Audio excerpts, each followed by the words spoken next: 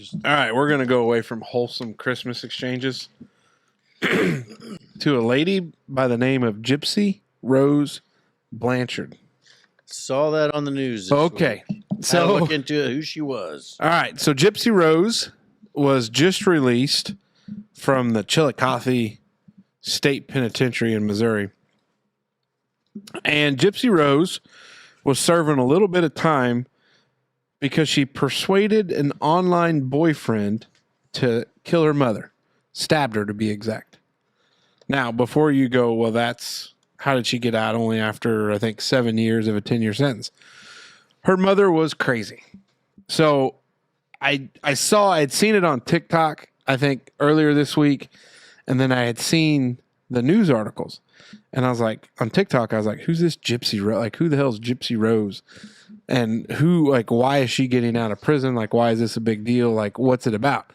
So then come to find out there's been some documentaries done in regards to Gypsy Rose's life and what has happened to her. She's young. Yeah, she's 32. She's 32 years old. Yeah, so at the time the crime was committed, she was 23. So her mother, for years, forced her to pretend that she was suffering from a multitude of in a wheelchair illnesses. Well, she was in a wheelchair. I've seen it. So she forced her to believe that she suffered from leukemia, muscular dystrophy, and other serious Is that movie about illnesses. her? The one where the girl's like, I need this medicine, and the pharmacist's like, we don't have it, and it ended up being like a dog medicine. Oh, I don't know. Giving her to keep her sick. So at age 23, Mommy. What the hell is it? Here's one of them. It's called Mommy's Dead and Dearest. That was 2017 when that movie came out. That's probably a documentary. Or she had her mother, nicknamed or called Dee Dee, killed when she was 23. She had her mother killed? Yeah, the online boyfriend did it. Holy shit. Gypsy Rose's mother held her basically hostage, forced her to use a wheelchair, and even at one point had a feeding tube. Well, yeah. Gypsy Rose had a feeding tube. Didn't need any of this. Wasn't it that when she went to court, like when she had pled guilty to arranging this murder for hire, and she went to court and they made her get up out of her wheelchair and she like walked across the goddamn courtroom thing, and everybody's like people that she's known since she was a child are like, whoa. Holy shit, it's a miracle. Yeah. But it didn't come to find out there wasn't anything wrong with So it. her mom suffered from Munchausen syndrome by proxy, also known as factitious disorder imposed on another, which is a psychological disorder in which parents or caregivers seek sympathy through exaggerated or made-up illnesses of their children. So when I was reading this article, I was like, how in the hell are doctors this dumb? Like, this girl comes in and like, this is what you have going on. Mom would say medical records were lost in Hurricane Katrina. Okay, well, I mean, Hurricane Katrina's been, what, 20 years? Mm-hmm. So if a doctor would start to ask too many questions, they just leave, find a new doctor. She'd shave her daughter's head, shave Gypsy Rose's head to make it look like she was Chemo. sick. Even had her salivary glands removed because Gypsy Rose's mother would place a topical anesthetic in her mouth, and I guess it would make her drool. So it talked about, because obviously the factitious disorder or the Munchausen syndrome met Miranda Lambert, charitable donations, trip to Disney World, home through Habitat for Humanity. But like, I was reading about it. The whole thing's a sham. And it was all a sham, healthy as an ox. But her mom basically made her believe like she had all these things going on, and it was a wild, like it was a wild read, because on part of it, you look at what social media and TikTok is today, and you run into a lot of these on TikTok where you're like, these people are pouring their heart and souls out, and every once in a while you'll hear or see in the news like, that was made up, that was fake, that wasn't real, they were just looking for sympathy or support or likes or clicks. But I didn't know if you guys had checked out anything on the Gypsy Rose. There she is. Mm-hmm.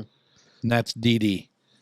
Actually had her salivary glands removed. I'm showing the fellas a picture of this gal, and it's like this little girl just looks sick. Like she looks like there's something definitely wrong with her. Like it's wild, man. But it's nothing. So I didn't know if you guys So I have heard a little bit about it. I mean, because through TikTok and all the other stuff, because that's how 95% of the people absorb news now. Because we don't I don't watch the news anymore. I read some online stuff and obviously whatever trending on TikTok. You know what I mean? You look into, but that Munchausen stuff, man, that is there's been so many different movies made about that, but it is wild to me. Like, I think that's the crazy thing that I don't understand. But most of the time, I think, which correct me if I'm wrong, but so they poison them, but they pick things to poison them with that takes a long time for them to be affected, terminally with. Like if they, they're slipping something in their food to make them have IBS or something, where it affects their nervous system where they can't walk right, or, to where they can basically. It's kind of like a lead poisoning, but it's not a bunch of lead. It's just right a little bit here and there to make you feel bad. I just think it's wild how. It also says that Munchausen's by proxy is obviously it's a mental illness, but it says it's also a form of child abuse, which obviously, So why did this lady serve time? That's a really good question. Exactly. Well, Because it was a murder for hire. I think if she would have done it, I think I'm going to draw. This is going to be legal brain come out. Here we go. If you're going to draw a line in the sand, if she were to do the killing herself, Yeah. I think she's got a stronger argument. Justifiable homicide. Well, I mean, you could probably hit it's it. it's very similar to. There's not a jury in the world that wouldn't take this little girl's side if she You'd be surprised. Offed her mom. You'd be surprised. What? There's some juries out there that, regardless of what it is, think about how long it took for battered spouse syndrome to take effect, which is a recognizable. There's some people that don't believe in that. If you were beating on Jenna, you're beating on the old lady all the time, and she finally offs you. There's some people would say, well, she didn't have to kill him. She just could have left. It's a little bit different here because it's a child. But I think the fact that she called or arranged for this internet boyfriend to do the killing is where the crime was at. Maybe not necessarily. If you're a prosecutor, you got a tough case to try to prove that this lady didn't affect your. Oh boy, her online boyfriend is a real looker. Well, and they say he's on the spectrum. They said that he was on the spectrum. He's serving life for the murder itself, because it's murder. Obviously premeditated, first degree, the whole works. How'd he do it? Stabbed her and waited for her to come home, and then oh my God, got her. See, I think those close and in person stabbing murders like that, that's a whole nother level, boy. You're right up there in close. Yeah, you don't stab from a distance, Dave. I guess unless you have a really long sword. Mm-hmm. Ooh, but you really got to get in there. So that's the tough thing for her. If she would have done it herself, does she serve a day? Probably not, Dave. Seems like you could have probably argued that she didn't know if she was capable to do it for herself because all those years of being convinced that she was unable to even think for herself, much less defend herself. That's around. They had a quote from her, and she said, "I would never say that I'm proud of what I did or that I'm happy that my mom is dead." And it's kind of weird because you would think that, well, maybe 7 years is a long time to think about how much you kind of really maybe hope she doesn't have kids, because she could do the exact same thing or repeat the cycle. But yeah, I saw it. I was interested in it because it's just a wild story. I listened to one. So last week we were, the week before Christmas or a couple weeks. Anyway, it doesn't matter. I spent a lot of time. We were doing a lot of backhoe work down by my, I had to open up the coal mine again, down there at the limb yard and get the hauling millings and stuff for some projects. And I actually got some time to absorb some podcasting. Did you listen to ours? I did. Well, no, I make ours. You guys listen to it because you're the editors. You don't listen to our podcast? No, I make it. Do you listen to it? Well, obviously when you edit, yeah. I mean, I do here and there, but I don't have time to consume podcasts anymore. Like it's frowned upon for me to have a earbud in my head when we're working. Like if you're but you don't on have a the old construction crew. You're telling me you guys aren't listening to Absolutely WBDC on the No, job site? never. Listening? No, we're the only department that doesn't. We do not have a job site radio ever. No, never. No. I honked when you guys were working where they just built the new duplex across from Dubois County Wood. Oh yeah, I see. Yeah, we were up there ripping the curb out. Yeah. But anyway, I listened to another one it's kind of nutty. It's Jessica Knoll was actually on the production staff, and it's the dude. Oh God, he's on Dateline, but I cannot think of his. Oh, Josh Mankiewicz. He's Make-A-Wish Foundation. Yeah, Make-A-Wish. It was a podcast about a oh no, this is a different one. Yep. Damn it. I totally lost it. You and that old Googler machine. So the Dateline guy and Jessica Knoll. Yeah, they did a podcast about a churchgoer. It was a guy that he was a pastor of a church. And he was convincing his wife mysteriously died in a house fire. And he was convincing these women that went to his church that the only way that he could effectively heal is that if they would sit on his penis, for lack of better words, or like, well, you could have said make love to him. Well, yeah, that would be way more not as juicy as where I'm. Well, for you to say that, the only way to really say this is there's a lot of ways to say. Well, yeah, but I mean, coitus, pitch woo, coitus, pitch woo. Shout out our buddy Alf, pitch and woo. But man, that was way early on, wasn't it? Anyway, they go into this whole thing, and then like he ends up barking up the wrong tree, and some whistleblowers come out, and they ended up like they sentenced him to they convicted him of murder because it come out that he actually killed his wife just so he could bone all these other chicks that goes to his church. But he was like the real ass, like he was the priest or the preacher at this church. It's a crazy listen, but yeah, they did a lot of psychoanalysis. Yes. It's mental health stuff, buddy. It's really wild to think to that point, Dave. She was abused like she was, and I just wonder, how do you think, or what do you think the doctors that were fooled? Hey, my daughter has leukemia. Okay, well, let's just do a blood test, see where we're at. No, you don't need to. Well, I think if you tell me she's got leukemia, let's look. I'm not a smart man, but would issues of leukemia show up in a blood test? Con artists are pretty good at what they do, man. So I guess that she'd probably leave, but I mean, imagine one of these. Imagine the guy that took out the salivary glands. How do you not see that there's like a topical anesthetic applied in her mouth where she's drooling? Yeah. And you take out these why the salivary gland? Yeah, I don't know what would prevent that. Why would they take out her spit glands? Well, because the old Dee Dee said she was slobbering too much.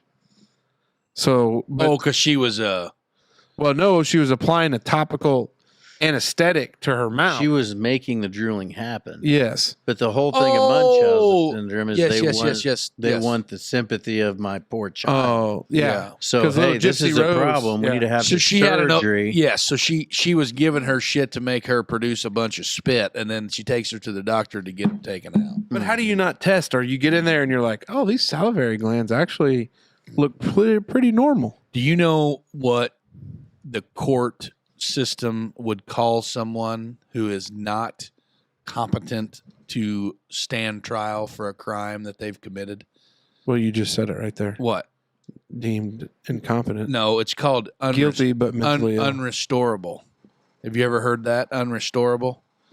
I've never heard that term used. So there's another podcast that I listened to while I was down there called Unrestorable, and it was insane. That would be pretty deep. It was insane. And this woman, Catherine Hodge in Maryland, like Gaithersburg, Maryland or something, she had taken her two children, 2 out of her 3 kids. She took them and got rid of them. And then like made her husband at the time he woke up the next morning. He works nights, got home, took a nap, woke up. Where's the kids? They're at daycare. Okay, it's time to go get them from daycare. And she literally drove him around for 6 hours to like 5 different daycares, and they were never there. And then she just like goes off the deep end.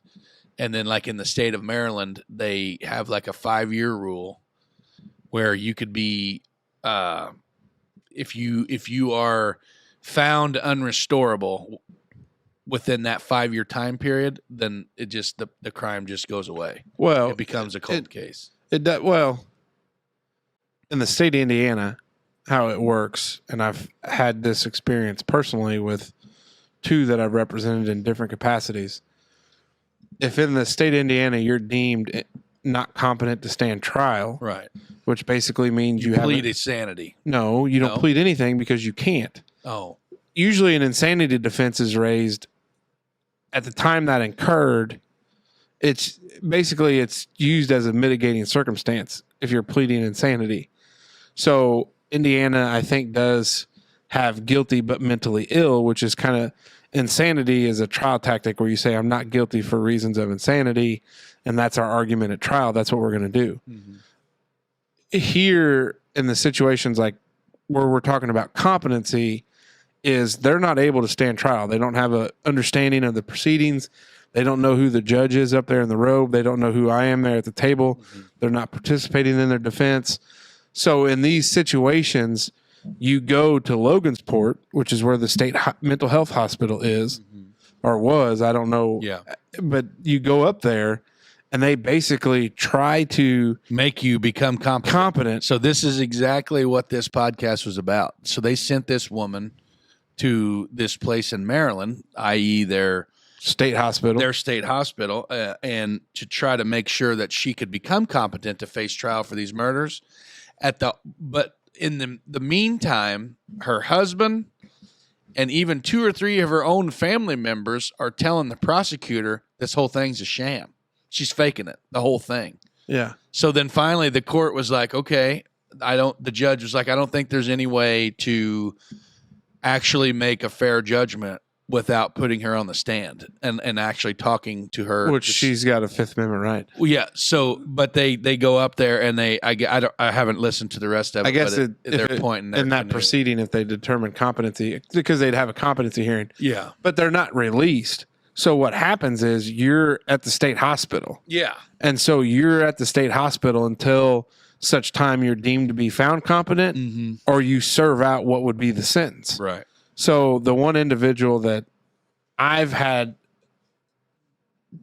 represented, not in a criminal capacity, but in a mental health capacity, committed a crime in the early 90s. It was a rape, and it was a young child.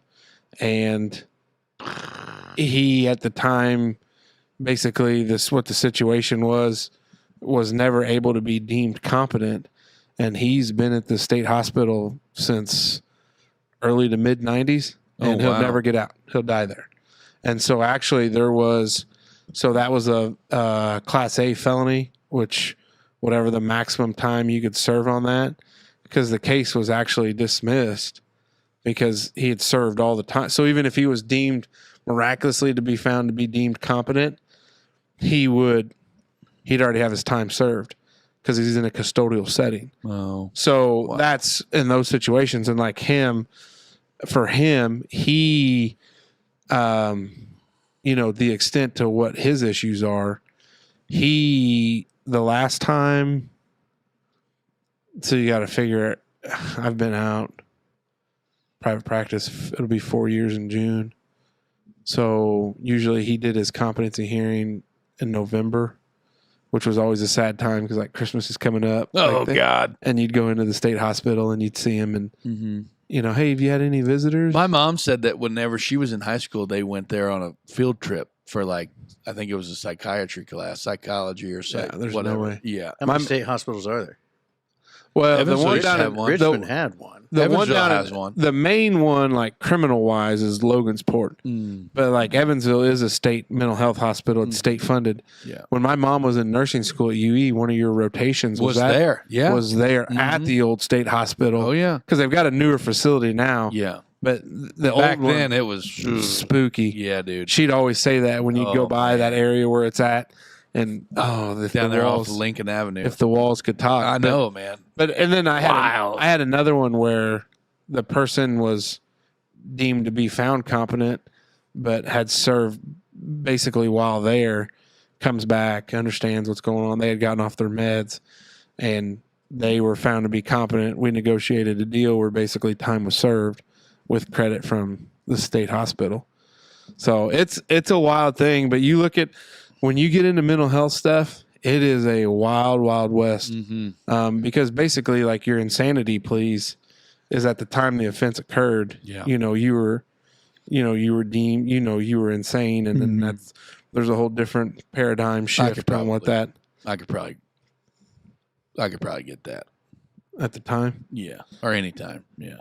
Oh, That guy, he's a moron. uh, Take him back behind the woodshed. yeah.